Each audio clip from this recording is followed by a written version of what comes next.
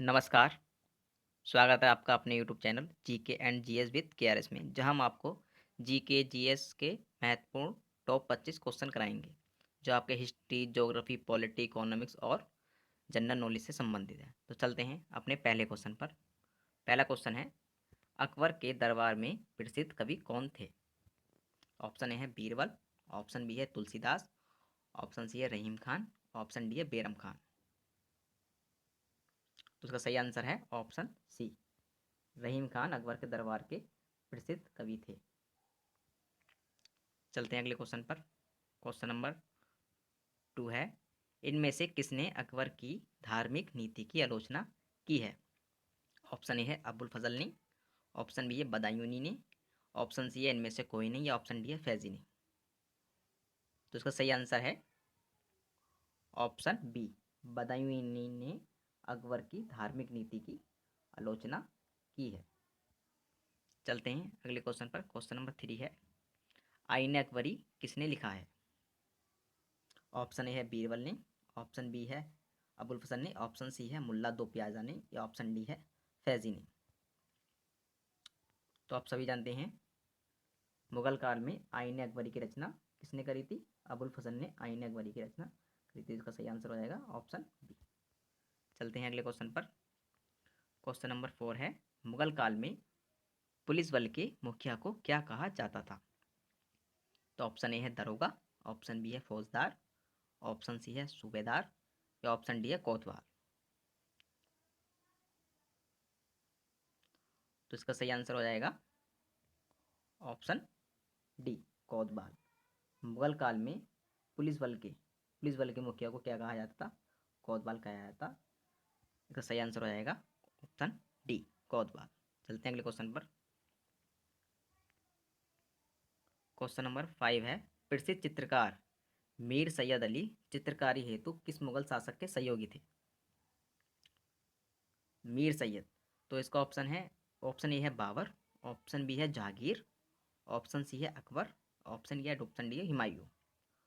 तो प्रसिद्ध चित्रकार मीर सैयद जो थे, वो किसके लिए थे? वो किसके दरबार में रहते थे? वह ऑप्शन बी जहांगीर के दरबार में रहते थे। और जहांगीर ही मुगल काल के प्रसिद्ध चित्रकारी के लिए कौन प्रसिद्ध है? जहांगीर प्रसिद्ध है। चलते हैं अगले क्वेश्चन पर। क्वेश्चन नंबर 6 है, सर्वाधिक वार्षिक वर्षा कहाँ होती है? ऑप्शन ए है कनेडियन शील्ड में, ऑप्शन बी है अमेजन बेसिन में, ऑप्शन सी है गंगा बेसिन में, या ऑप्शन डी है साइबेरियाई मैदान में। तो इसका सही आंसर हो जाएगा ऑप्शन बी, अमेजन बेसिन में। तो दुनिया में सर्वाधिक वर्षा कहाँ होती है? अमेजन बेसिन में, क्योंकि अमेजन बेसिन सर्वाधिक वनों और जैव विविधता वाला क्षेत्र है, जिसे भारत का फेफड़ा भी कहा जाता है। इसी कारण वहाँ पर सर्वाधिक वर्षा होती है। चलते हैं अगले क्वेश्चन पर। क्वेश्चन नंबर 7 है, निम्नलिखित में से कौन सी नदी यमुना से नहीं मिलती है?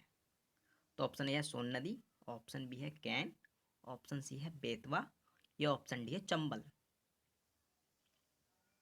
तो इसका सही आंसर है ऑप्शन ए, सोन नदी यमुना से नहीं बनती है, क्योंकि सोन नदी किसकी सहायक नदी है? गंगा की सहायक नदी है।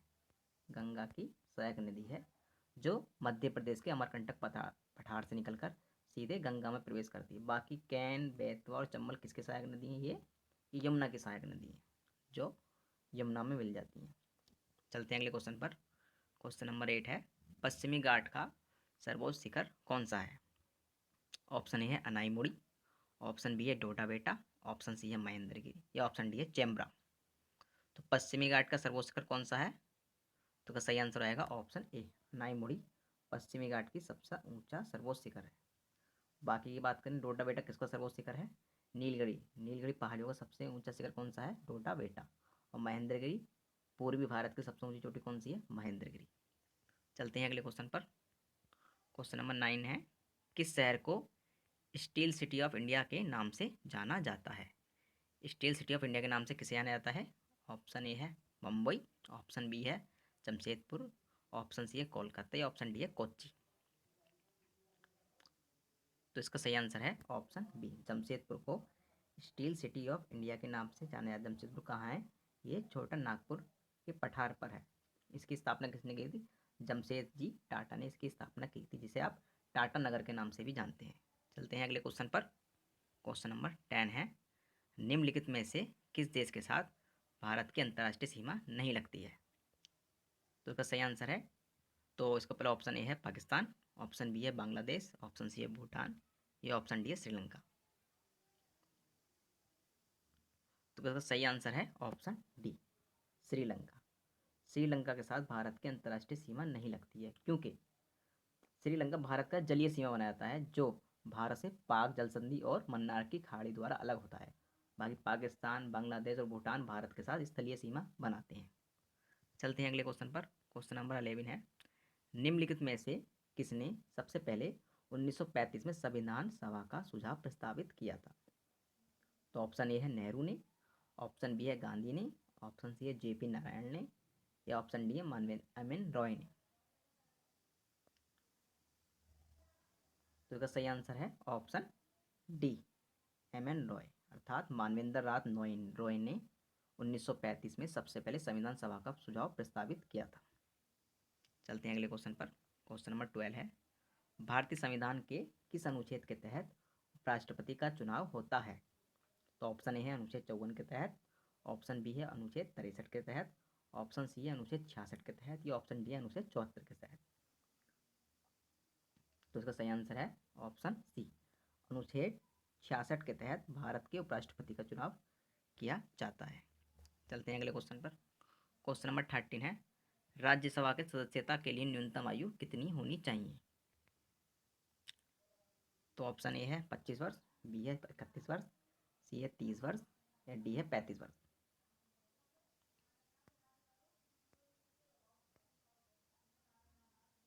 इसका सही आंसर है ऑप्शन सी, 30 वर्ष।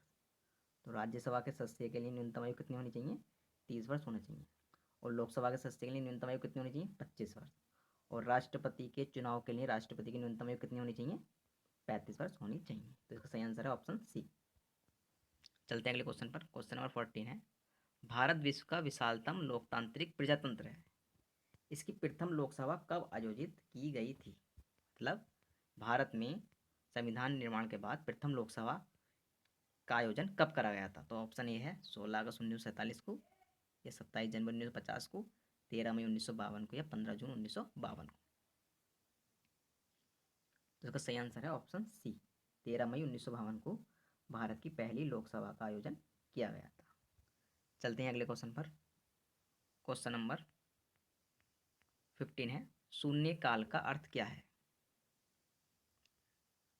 तो ऑप्शन ए है जब विपक्ष का प्रस्ताव मान लिया जाए, ऑप्शन बी जब कोई अति महत्वपूर्ण विषय चर्चा के लिए उठाया जाए, सी है दो सुबह और दोपहर के सत्र के मध्य का अंतराल, डी है जब धन विधेयक लोकसभा में पेश किया जाए।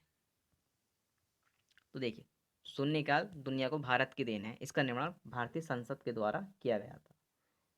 12 बजे और 1 बजे के बीच के समय को शून्यकाल कहा जाता है। इसमें वह विषयों उन विषयों पर चर्चा की जाती है जो बहुत ही महत्वपूर्ण होते हैं। तो इसका सही आंसर हो जाएगा ऑप्शन बी, जब कोई अति महत्वपूर्ण विषयों पर चर्चा के लिए उठाया जाता है तो वो उसके लिए कौन से समय का प्रयोग करते हैं? शून्यकाल का प्रयोग करते हैं। तो चलते हैं अगले क्वेश्चन पर।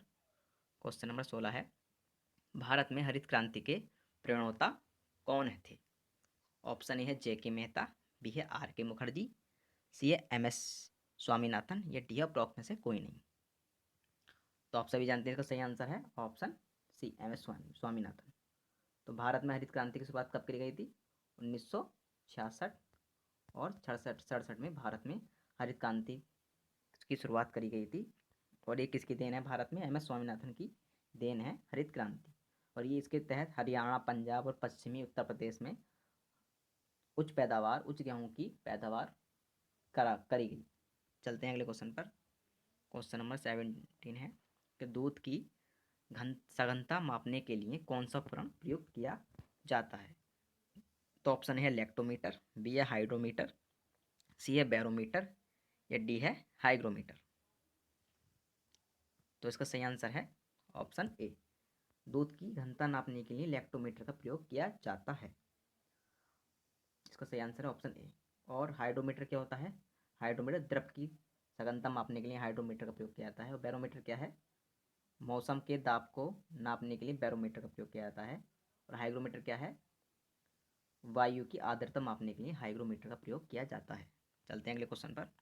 क्वेश्चन नंबर 18 है, किसने कितने माप से अधिक ध्वनि को शोर का नाम दिया जाता है? तो ऑप्शन है 80 डेसिबल, ऑप्शन बी है 100 डेसिबल, ऑप्शन सी है 120 डेसिबल, ऑप्शन डी है 140 डेसिबल। तो कितने डेसिबल से अधिक ध्वनि को शोर कहा जाता है? तो इसका सही आंसर है ऑप्शन ए, 80 डेसिबल से अधिक ध्वनि को शोर कहा जाता है। और मानव के सुनने के लिए ध्वनि का होना कितना है? 90 डेसिबल को मानव के द्वारा सुने जाने वाली ध्वनि कहा जाता है, 90 डेसिबल। चलते हैं अगले क्वेश्चन पर। क्वेश्चन नंबर 19 है, कौन सा जीवित पक्षी विश्व का सबसे छोटा अंडा देता है? तो ऑप्शन ए है हॉर्नबिल, ऑप्शन बी है बी हमिंगबर्ड, ऑप्शन सी है गल, ऑप्शन डी है कटफोड़वा। तो ऐसा कौन सा जीवित पक्षी है जो सबसे छोटा अंडा देता है? तो इसका सही आंसर हो जाएगा ऑप्शन बी हमिंगबर्ड दुनिया का ऐसा सबसे छोटा जीव है जो सबसे छोटा अंडा देता है। चलते हैं अगले क्वेश्चन पर। क्वेश्चन नंबर 20 है, निम्नलिखित अंगों में से कौन सा अंग पित्तरस का स्राव करता है? तो ऑप्शन ए है हृदय, ऑप्शन बी है मस्तिष्क, ऑप्शन सी है गुर्दा, या ऑप्शन डी यकृत। तो इसका सही आंसर है ऑप्शन डी, यकृत के द्वारा शरीर से पित्तरस का स्राव किया जाता है। पित्तरस का स्राव किसके द्वारा किया जाता है? यकृत के द्वारा। तो डी इसका सही आंसर है। चलते हैं अगले क्वेश्चन पर। क्वेश्चन नंबर 21 है, दुनिया का सबसे छोटा देश कौन सा है? तो ऑप्शन ए है वेटिकन सिटी, ऑप्शन बी है नेपाल, ऑप्शन सी है मालदीव, या ऑप्शन डी है श्रीलंका। तो दुनिया का सबसे छोटा देश कौन सा है? तो इसका सही आंसर है ऑप्शन ए वेटिकन सिटी। ये कहाँ है? ये यूरोप महाद्वीप में स्थित है। यूरोप महाद्वीप में इटली के अंदर एक छोटा देश है जो 1929 में अपने स्वतंत्र देश के रूप में स्थापित किया गया। चलते हैं अगले क्वेश्चन पर। क्वेश्चन नंबर 22 है, भारत में राष्ट्रीय खेल दिवस कब मनाया जाता है? 21 जून को, 2 अक्टूबर को, 27 मई को, या 29 अगस्त को। तो भारत में राष्ट्रीय खेल दिवस कब मनाया जाता है? तो सही आंसर है ऑप्शन डी, 29 अगस्त को भारत में राष्ट्रीय खेल दिवस मनाया जाता है। तो डी इसका सही आंसर है। चलते हैं अगले क्वेश्चन पर। क्वेश्चन नंबर 23 है, राधा और कृष्ण की पूजा से जुड़े कृष्ण नृत्य रूप में स्त्रियां अपने सर पर तेल का दीपक रखकर नृत्य करती हैं। तो ऑप्शन ए है छाऊ, चरकुला, सी है दुल्हन, या डी है छोलिया। मतलब ऐसा कौन सा नृत्य है जिसमें स्त्रियां अपने सर के ऊपर दीपक रखकर नृत्य करती हैं? तो इसका सही आंसर रहेगा ऑप्शन बी, चरकुला। चरकुला नृत्य में स्त्रियां अपने सर के ऊपर रखकर दीपक और नृत्य करती हैं। तो इसका क्या आंसर हो जाएगा? इसका सही आंसर हो जाएगा ऑप्शन बी। चलते हैं अगले क्वेश्चन पर। क्वेश्चन नंबर 24 है, शतरंज की ग्रांड मास्टर होने वाली पहली भारतीय महिला कौन थी? तो ऑप्शन ए है आरती रामास्वामी, ऑप्शन बी है हम्पी कोनेरू, ऑप्शन सी है एस विजय लक्ष्मी, या ऑप्शन डी है कृतिका नाग।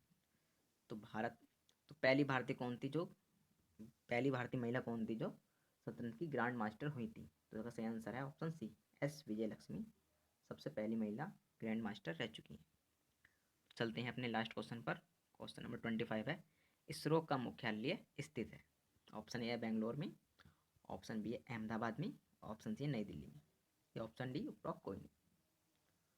तो इसरो की स्थापना कब हुई थी? इसरो की स्थापना कब हुई थी? 1969 में इसरो की स्थापना बेंगलोर में करी गई थी। बेंगलोर कहाँ है? कर्नाटक राज्य में। तो इसरो का मुख्यालय कहाँ है? बेंगलोर में स्थित है। तो ये आपके टॉप 25 प्रश्नों की श्रृंखला कंप्लीट होती है। यदि आपको हमारी वीडियो अच्छी लगी हो तो हमारे वीडियो को लाइक, शेयर और सब्सक्राइब कीजिए, ताकि हम इतने इंपॉर्टेंट क्वेश्चनों की श्रृंखला आगे कंटिन्यू बना सकें और आपके सामने प्रस्तुत कर सकें। चलते हैं, धन्यवाद।